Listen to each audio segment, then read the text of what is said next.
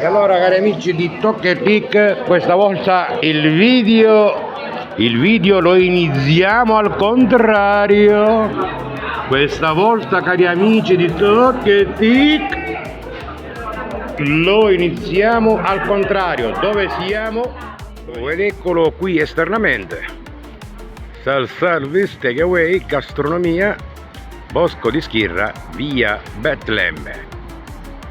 Vi propongo questo menù economico, 21 euro 2 persone, primo, doppio primo, attenzione, secondo, bevanda, contorno secondo, doppio primo, ovviamente panino, acqua, tutto completo. Dove siamo? Siamo a Bosco di Schirra a Catania. Importantissimo, guardate questo doppio primo.